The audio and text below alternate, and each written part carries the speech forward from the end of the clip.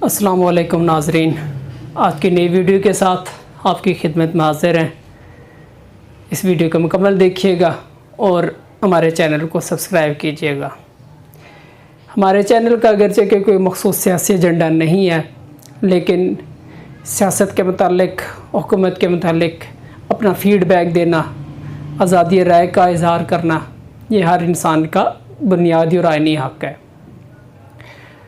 आज 25 जुलाई 2020 को पीटीआई की हुकूमत को 2 साल मुकम्मल हो चुके हैं। तो हमने आज की वीडियो में हुकूमत की 2 साला परफॉर्मेंस को डिस्कस करना है और आज हमने हुकूमत के जो फेलियर हैं उसको हमने डिस्कस करना है और अगली किसी वीडियो में हम हुकूमत की जो अचीवमेंट्स हुई हैं उनको भी हम डिस्कस करेंगे। तो आज हमने कतन हमारा मकसद हुकूमत के ख़िलाफ़ कोई ऐसी बात करना वो नहीं है, लेकिन हुकूमत को आईना दिखाना, उनको उनकी खामी बताना ये हमारा फ़र्ज़ है ताकि हुकूमत बेहतर से बेहतर परफॉर्म करे।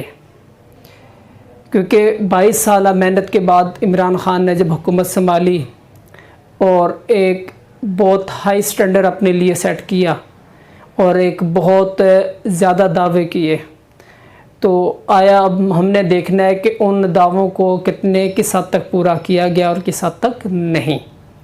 तो चलते हैं नाजरीन आज के जो है वो पॉइंट्स की जानिब। पहला पॉइंट जो कि पीटीआई हुकूमत ने अपने मंशूर में शामिल किया, इमरान ख़ान का सबसे अहम एजेंडा था, वो था करप्शन का ख़ात्मा।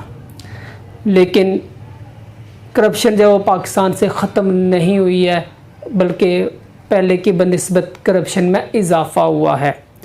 तो ये हुकूमत का बहुत बड़ा फेलियर है कि जो सबसे मेन एजेंडा था गवर्नमेंट का वो उस पर भी पूरा नहीं उतर सके। दूसरा पॉइंट था वीआईपी कल्चर का ख़ात्मा। तो इमरान ख़ान साहब आप अभी तक वीआईपी कल्चर का ख़ात्मा नहीं कर सके। अभी भी 2 पाकिस्तान है, एक गरीब का पाकिस्तान है और एक अमीर का पाकिस्तान है। एक वीआईपी कल्चर वाला पाकिस्तान है और एक आम आदमी का पाकिस्तान है। तीसरा आपने कहा था सस्ते और आसान इंसाफ की फराहमी करूँगा, लेकिन ये बिल्कुल किसी सूरत नज़र नहीं आ रहा। आप सानिया साहिवाल देख लें, आप बैरूनी दौरे पर थे, आपने कहा था कि इंसाफ करेंगे, लेकिन उन बेगुनाहों का इंसाफ नहीं हुआ। सानिया मॉडल टाउन जो आप अपने एक ज़रिया बनाकर आप जब इलेक्शन में शामिल हुए थे और आप उसी को बोल गए हैं, कोई जो वो इस पर अमल नहीं हुआ। 5वां पॉइंट आपने कहा था एहतसाब का आगाज़ ख़ुद से करूँगा, लेकिन कतन ऐसा नज़र नहीं आ रहा। चाहे वो आपकी पार्टी का गैर मुल्की फंडिंग केस हो, पेशावर के बीआरटी का मनसूबा उस पर भी आपने स्टे लिया, बिलियन ट्री का हो उस पर भी, मालम जब्बा का भी जो केस था उस पर भी आपने स्टे ऑर्डर लिया। तो आपने कहा था कि एहतसाब के लिए मैं सबसे पहले ख़ुद को पेश करूंगा, लेकिन आपने ऐसा कुछ नहीं किया। इसके बाद आपने कहा था कि मैं पूरे पाकिस्तान की पुलिस को केपीके की पुलिस की तरह सियासत से अलग करूंगा, बेहतर करूंगा, पुलिस रिफॉर्म करूंगा, लेकिन पुलिस में 0% भी इम्प्रूवमेंट नहीं आई है। 2 साल आपके हो गए हैं, पुलिस में थाने में चले जाएं, अभी तक गरीब आदमी की कोई सुनवाई नहीं होती। पुलिस अपनी मर्ज़ी करती है, पैसे लेकर काम करे, सिफारिश है, रिश्वत, वो वैसे ही है, वही सिस्टम है। तो 2 साल में आपने पुलिस को क्यों नहीं ठीक किया? फिर आपने कहा था कि तालीम का फ़रोग़, लेकिन तालीम अपनी आखिरी सांसें ले रही है।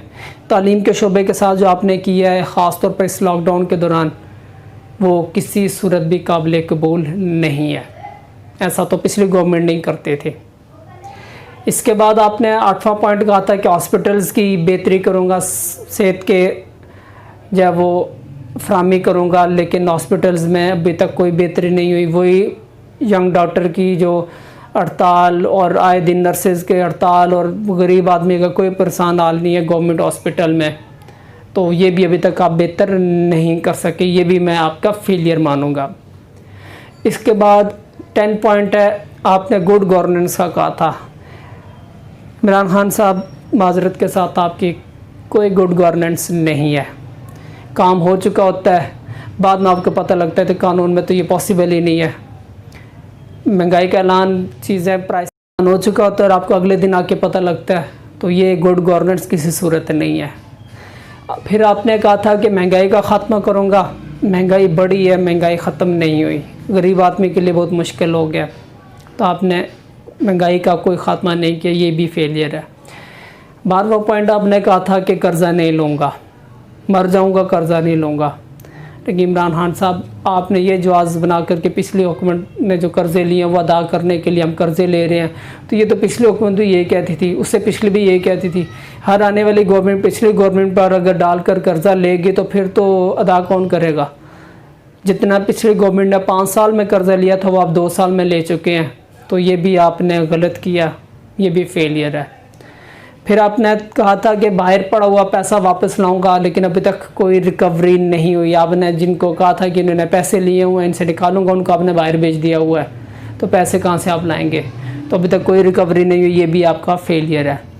आपने पेट्रोल डीजल और बिजली का कहा था महंगी नहीं करूँगा, ये बहुत जुल्म हो रहा है, लेकिन आपने पेट्रोल डीजल बिजली महंगी भी की और माफिया के ज़रिए आपने गरीब आवाम का बुरा हाल भी किया, ये भी आपका फेलियर है। फिर आपने कहा था किसी ओहदेदार का ज़ाती कारोबार नहीं होगा, यानी कन्फ्लिक्ट ऑफ इंटरेस्ट नहीं होगा, लेकिन वो भी आपके अपने इर्द गिर्द देख लें, जो मशीर वज़ीर हैं उनके अपने बिजनेसेस भी चल रहे हैं और वो सरकारी ओहदे पर भी हैं, तो वो फिर कन्फ्लिक्ट ऑफ इंटरेस्ट तो आएगा, तो ये भी आपका फेलियर है। फिर आपने कहा था कि आम आदमी की इज़्ज़त नफ्स का ख्याल होगा, लेकिन आम आदमी की कोई सेल्फ़ रिस्पेक्ट इस मुल्क में नहीं है, ना अदालत में, ना हॉस्पिटल में, ना थाने कचहरी में, किसी जगह पर गरीब आदमी की, आम आदमी की कोई जो है वो बात नहीं सुनता। फिर आपने कहा था प्रेस की आज़ादी होगी, लेकिन प्रेस बिल्कुल जो है वो साफ़ियों के साथ जो हो रहा है बिल्कुल गलत हो रहा है, प्रेस के साथ बिल्कुल ठीक नहीं हो रहा, बिल्कुल जब आज़ादी नहीं है, ये भी आपका फेलियर है। फिर आपने कहा था कि 100 दिन के अंदर अंदर जनूबी पंजाब का सूबा अलग करूँगा, वो आपने नहीं किया, तो आपने ये क्यों कहा था, ये भी आपका फेलियर है। फिर आपने कहा था गुर्बत का ख़ात्मा करूँगा, गुर्बत का ख़ात्मा नहीं किया आपने, गुर्बत बढ़ी है, गुर्बत कम नहीं हुई।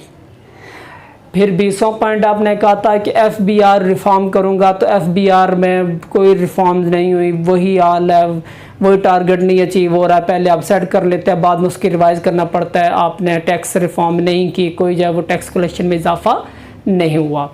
आपने कहा था कि पाकिस्तान को बिज़नेस फ्रेंडली बनाऊंगा, लेकिन यहाँ पर बिज़नेस करना 2 बार हो गया है, लोगों को कारोबार नहीं करने दिया जा रहा, तो ये भी बिल्कुल आपने गलत किया। आपने कहा था पाकिस्तान रेलवे और PIA को बेहतर करूंगा, ना तो ये PIA बेहतर हुई है, उसका प्राइवेटाइज उसके कर रहे हैं, या जो आप अभी आपने पायलट्स के ख़िलाफ़ बयान देकर बुरा हाल किया, 45 अरब का नुकसान बचाया, उसका कौन जवाब देगा। पाकिस्तान रेलवे पिछले जो है वो हुकूमत में कम जब वो होते थे एक्सीडेंट के, ना दिन एक्सीडेंट हम सुन के तंग आ गए हैं। तो आप तो कहते थे कि जनूबी कोरिया में किश्ती डूब जाए तो वज़ीर आज़म इस्तीफ़ा दे देता है, तो खुदारा आप ख़ुद काउंट करके बता दें कि आपके 2 साल में पाकिस्तान रेलवे के कितने जब एक्सीडेंट हो चुके हैं। और आपके शेख रशीद साहब हम लाइक करते हैं बिल्कुल, लेकिन आपने खुद स्टैंडर्ड सेट किया था कि इस्तीफ़ा बनता है, तो आप उनसे क्यों नहीं इस्तीफ़ा लेते कि भाई क्यों ऐसा हो रहा है। फिर स्टील मिल को आपने कहा था हम बेहतर करेंगे, करके दिखाएंगे, लेकिन आप उसको प्राइवेटाइज़ कर रहे हैं, तो क्या आपने बेहतर किया। ये आपका बहुत बड़ा फेलियर है। आपने कहा था 1 करोड़ नौकरियाँ दूंगा, करोड़ के करीब आपने लोग बेरोज़गार कर दिए हैं, तो किधर गई वो नौकरियाँ। बिल्कुल आप ये नई नौकरियाँ जॉब्स क्रिएशन आपके 2 ईयर्स में 0% है। देन आपने कहा था कि 50 लाख घर देंगे, वह भी आप इनिशियल स्टेजेस पर ही हैं, आपने फॉर्म वगैरह फीसेस वगैरह लेके पैसे तो वो जमा कर लिए, लेकिन अभी तक कोई उस 2 साल में कोई काम नहीं हुआ। फिर आपने कहा था ब्यूरोक्रेसी से सियासत का ख़ात्मा, बिल्कुल नहीं ख़ात्मा हुआ। ब्यूरोक्रेसी आपको घास नहीं डालती, आपके अहदेदारों को वो पूछते भी नहीं है, तो आपने क्या जब वो किया, कुछ भी नहीं। तो ये आपके 25-26 बड़े बड़े फेलियर थे। तो ये मेरी नहीं, ये हम सब की, जिन्होंने आपको वोट दिया था या नहीं था दिया, ये सब का सवाल है। तो इसका पे गौर कीजिएगा कि आपने ये इतने बड़े फेलियर क्यों, आपने इतना अच्छा स्टैंडर्ड अपने लिए सेट किया था, तो आप क्यों नहीं अचीव कर पा रहे। ज़रूर सोचिएगा और नाज़रीन इसको शेयर कीजिएगा। शुक्रिया, अल्लाह हाफ़िज़।